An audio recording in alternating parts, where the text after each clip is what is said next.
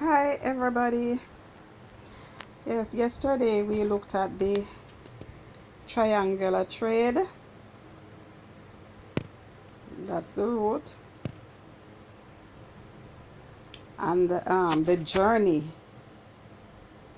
we call the middle passage, remember?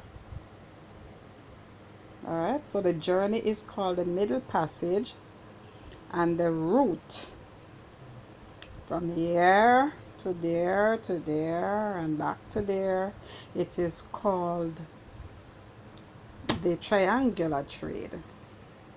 Alright, yesterday we talked about that, and today I would like to see you draw this map. You just outline. You don't have to be no big artist. You can just draw the outline showing Africa, Europe, and then the Caribbean islands. Just the outline. Yes. And then I want you to draw lines showing, from Europe to Africa to the Caribbean and back to Europe. All right, that's what I want. I want to see the triangle there, and I want you to put in the name Africa, Europe, and I want you to write Caribbean right here. Okay, you can put in this and that too, but those are not really important. Just this part right in here. This is what I want. Okay, now after they took these slaves, we want to talk about how they were sold, because they had to sell them. Now, who did they sell them to? When the traders arrived in the Caribbean, the traders are those who came for the Africans, and in return they brought all these stuff. So that was trading. All these stuff, can you see them? Metal goods, trinkets, tools, textile, gun, ammunition, mirrors, all those things they didn't have, so they wanted them. They wanted them in Africa, so they took them from Europe to Africa, and in return they got Africans who they turned into slaves, and they took them to the Caribbean islands, and some places in North America too. And this is where they worked, all right, on plantations, planted all these stuff, rum, and in return they got rum. What is this? Molasses, cotton, sugar, tobacco, and all those that they brought back to their country. All right, so they made a lot of money doing all of that. So when the traders arrived in the Caribbean, the shipments of Africans were advertised, so they have to go and tell everybody that Africans are here. All of those farmers or planters, those plantation owners, they wanted fresh Africans because their business were getting very, very big now, and they were getting a lot of money. So the Africans were placed on platforms to be examined by these prospective owners. All right, prospective owners meaning that those people who would go and buy those men and women and turn them into slaves. But when the traders sold the Africans, they used the money to buy West Indian products, sugar, rum, molasses, food, and tobacco. All right. So the traders now, they came to Jamaica, sold off all of the slaves, and in return, what was grown there, they got those rum, molasses, cotton, and all of that they took back home with them. In Montego Bay, Jamaica, there was a thriving trading of lard that was produced from the fat of wild pigs.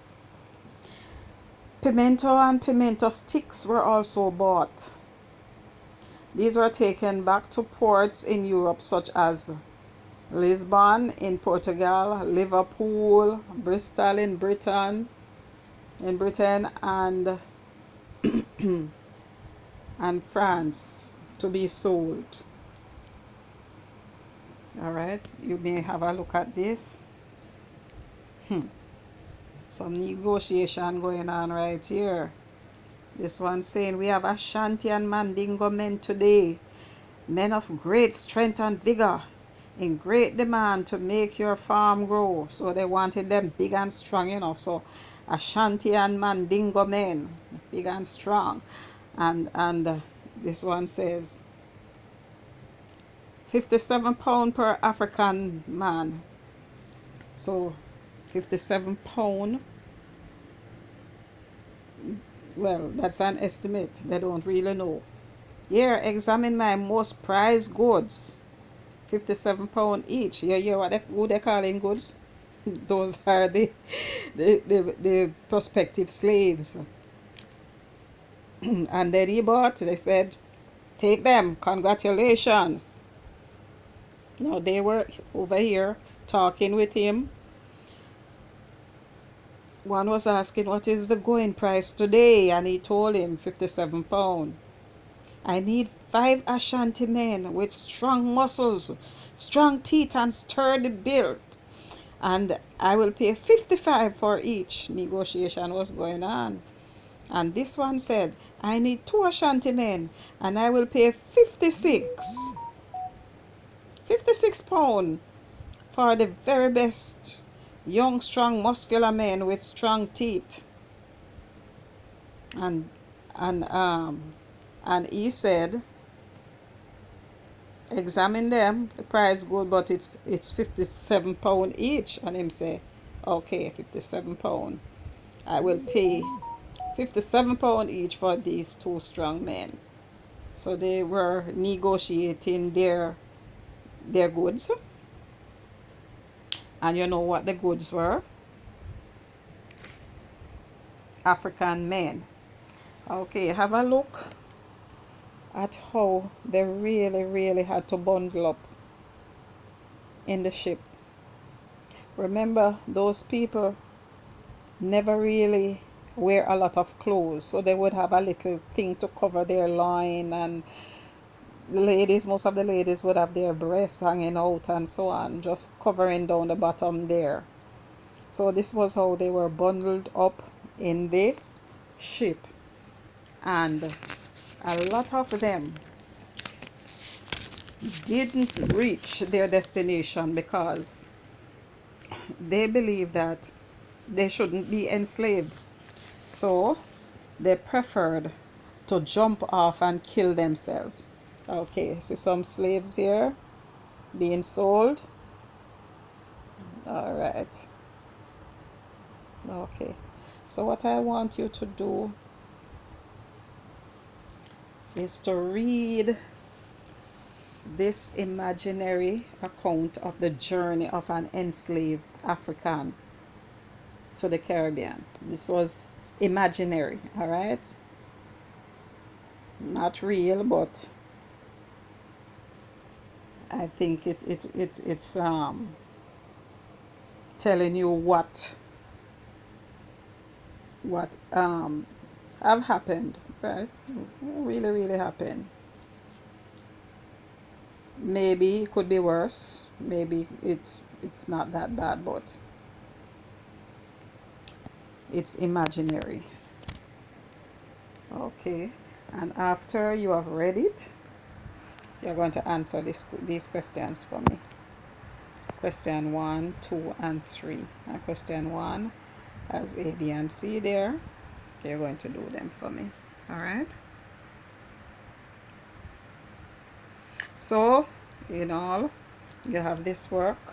You have to read and then you answer these questions. And you also have the map to draw for me. Alright?